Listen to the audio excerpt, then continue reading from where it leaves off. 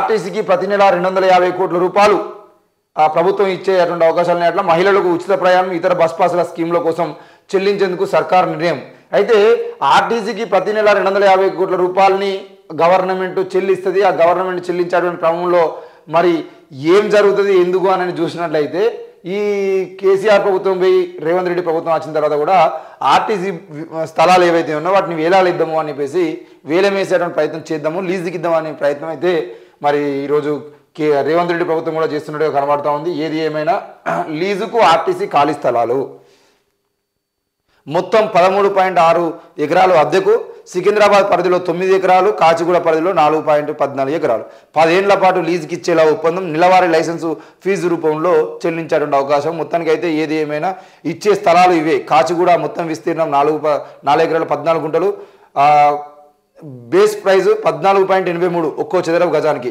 మరి license fee 26,74,418 నెలకు ఇస్తున్నాడు. మేడ్చల్లో 2.83 ఎకరాలు, హకీంపేటలో మొత్తం 2.93 ఎకరాలు, షామీర్పేటలో 3.26 ఎకరాలు. మరి వీళ్ళైతే లీజుకి ఇద్దామనే ఆలోచనలో ఉన్నట. ఏది ఏమైనా ఆదాయ వనరులు సమకూర్చుకోవడానికి తెలంగాణ ఆర్టీసీ ఆలోచన చేస్తున్నది. ఆ సంస్థ పరిధిలో వాడుకోకుండా మిగిలిపోయిన ఖాళీ స్థలాలను లీజుకి ఇవ్వాలని నిర్ణయించింది. హైదరాబాద్, సికింద్రాబాద్ రీజియన్లోని 4 ప్రాంతాల్లో మొత్తం 13.16 ఎకరాలను లీజుకి ఇవ్వనుంది. జనవరి 18వ తేదీ నాటికి టెండర్ ప్రక్రియను పూర్తి చేయాలని ప్రణాళిక సిద్ధం చేసింది. ఆ స్థలాల నుంచి నెలవారీ లీజు రూపంలో ఆదాయాన్ని సమకూర్చుకోవడానికి షెడ్యూల్ ఫిక్స్ చేసింది. కాచిగూడలో ఉన్న 4.14 ఎకరాల ఖాళీ స్థానాన్ని ఒక్కో చదరపు అడుగు 14.83 బేసిగా ప్రైజ్ నిర్ణయించింది. నెలకు 26 లక్షల రూపాయల ఆదాయం అది సమకూర్చేటువంటి అవకాశం ఉందట. ఇక పోతే సికింద్రాబాద్ రీజియన్లోని మేడ్చల్లో 2.83 ఎకరాలు, అది మళ్ళీ హకీంపేటలో 2.93 ఎకరాలు, షామీర్పేటలో 3.26 ఎకరాలు. మొత్తానికైతే ఈ 4 ప్రాంతాల్లోని ఖాళీ స్థలాలను ప్రారంభంలో 10 ఏళ్ల పాటు లీజుకి ఇవ్వాలని నిర్ణయించింది. టెండర్ రూపంలో వీటిని లీజుకి ఇవ్వాలని భావించిన ఆర్టీసీ కనీసంగా 100 కోట్ల టర్నోవర్ కలిగిన సంస్థలకు ప్రియారిటీ ఇవ్వాలనుకుంటుంది. గోడౌన్లు, వేర్ హౌజులు, ఆటోమొబైల్ సర్వీస్ స్టేషన్లు, షోరూమ్లు ఇలాంటి వ్యాపారాలు నిర్వహించుకోవడానికి అనుకూలంగా ఉంటుందని పేర్కొన్నది. మొత్తానికి అయితే ఈ విషయం ముందు పెట్టుకున్నటువంటి రేవంత్ రెడ్డి ప్రభుత్వం, ముఖ్యంగా సజ్జనర్ గారు గుర్తుపెట్టుకోవాల్సిన విషయం ఏంటంటే ఈరోజు కాంగ్రెస్ ప్రభుత్వం రాగానే జీవన్ రెడ్డి అని ఒక ఎమ్మెల్యే, మాజీ ఎమ్మెల్యే జీవన్ రెడ్డి గారు మరి ఆర్మూరుకు సంబంధించిన విషయంలో ఖాళీ స్థలాన్ని లీజుకు తీసుకోవడం జరిగింది. ఆ లీజుకు సంబంధించిన విషయంలో దాదాపుగా ఎన్ని కోట్ల రూపాయలు బకాయిలు అని మనకు తెలియదు, కానీ దాదాపు 8 కోట్లు ఎంతకన్నా అంతకని ఒక 40 కోట్లు అన్నారు, 8 కోట్లు అన్నారు. మొత్తానికి అయితే వాటి అన్నింటినీ రికవరీ చేయాలని చెప్పేసి మాట్లాడిన సందర్భాలు మనం కాంగ్రెస్ ప్రభుత్వం వచ్చినాక చూసినాం. మరి ఎమ్మెల్యేలుగా ఉన్నటువంటి వ్యక్తులు, వాళ్ళ సంస్థలు వాటిని లీజు తీసుకుంటే ఆ డబ్బుల్ని వాళ్ళు ప్రతి నెల కేవలం కాచిగూడకు సంబంధించిన విషయంలోనే 26 లక్షలు ప్రతి నెల కట్టాలని చెప్పేసి మీరు అంటున్నారు. మరి ప్రతి నెల వాళ్ళు కట్టకుండా పెండింగ్లో పెట్టి మేము మినిస్టరు అవసరమైంది, మా వెనకాల రేవంత్ అని ఉన్నాడు, మా వెనకాల ఉత్తమాన్ ఉన్నాడు అని చెప్పేసి వాళ్ళు డబ్బులు కట్టకుండా ఆ అధికారులను బెదిరించడానికి ప్రయత్నం చేసి ఎమ్మెల్యే జీవన్ రెడ్డి లాగానే వీళ్ళు కూడా బకాయిలను చెల్లించకుండా పెడితే వీళ్ళు తీసుకున్నటువంటి నిర్ణయాలు ఏంది? ఒకవేళ కనుక ఈ ప్రభుత్వ స్థలాలను మీరు లీజుకి ఇచ్చేది ఉంటే ప్రతి నెల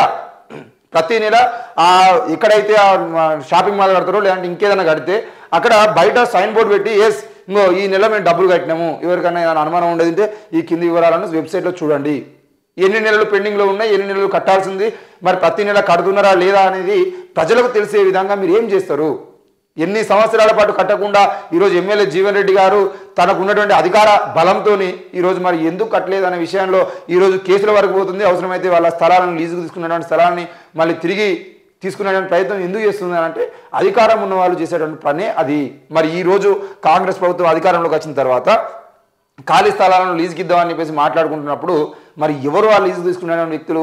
ఈ వేర్ హౌజులు ఉన్నవాళ్ళు, లేదంటే ఆ గోడౌన్లు, ఆటోమొబైల్ సర్వీసులు ఉన్నవాళ్ళు, లేదంటే షోరూమ్లు పెడదాం అనుకునే వాళ్ళు ఎవరైతే ఉంటారో వాళ్ళు దాదాపుగా కాంగ్రెస్ పార్టీకి సంబంధించిన నాయకుల దగ్గర బంధువులు లేదంటే వాళ్ళ సహచరులో ఉంటారు. మరి వాళ్ళ కోసం ఈరోజు భూముల్ని లీజుకి ఇద్దామని అనుకుంటున్నప్పుడు మరి వాళ్ళు డబ్బులు కట్టకపోతే ఈ తెలంగాణ ఆస్తుల్ని మీరు ఇది ఆర్టీసీ లీజు కానంటే ఆర్టీసీ అంటే తెలంగాణ ప్రజలది. అది మరి తెలంగాణ ప్రజల ఆస్తుల్ని మీరు లీజుకి ఇచ్చినప్పుడు తెలంగాణ ప్రజలకి ఆ ఆస్తుల ద్వారా వస్తున్నటువంటి ఆదాయం ఎంత, అది ఎన్ని నెలల పాటు పెండింగ్లో ఉంటుంది ఏంది అనేది ప్రజలకు తెలిసే విధంగా ఆ ఆస్తుల దగ్గర బోర్డులు పెట్టాల్సిన అవసరం కూడా ప్రభుత్వం మీద ఉంది.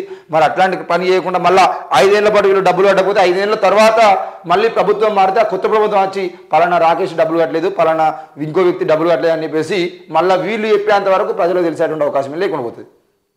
అది మనం ఆర్మూర్ ఎమ్మెల్యే విషయంలో చూసినాం కాబట్టి అట్లాంటివి జరగకుండా కాంగ్రెస్ ప్రభుత్వం చర్యలు తీసుకోవాల్సిన అవసరం అయితే తప్పకుండా ఉన్నది. ఎందుకనంటే మీరు వేలం వేస్తున్నది, లీజుకి ఇస్తున్నది మీ ఇంట్లోకి వెళ్ళి కాదు, లేదంటే కాంగ్రెస్ భూముల్ని కాదు, లేదంటే సజ్జనర్ యొక్క సొంత ఆస్తుల్ని కూడా కాదు. తప్పకుండా ఈ ప్రజల ఆస్తులు కాబట్టి ప్రజలకు బాధ్యత రహితంగా ఉండకుండా బాధ్యతగా మీరు వాటిని చూపించాల్సిన అవసరం అయితే ఉంది.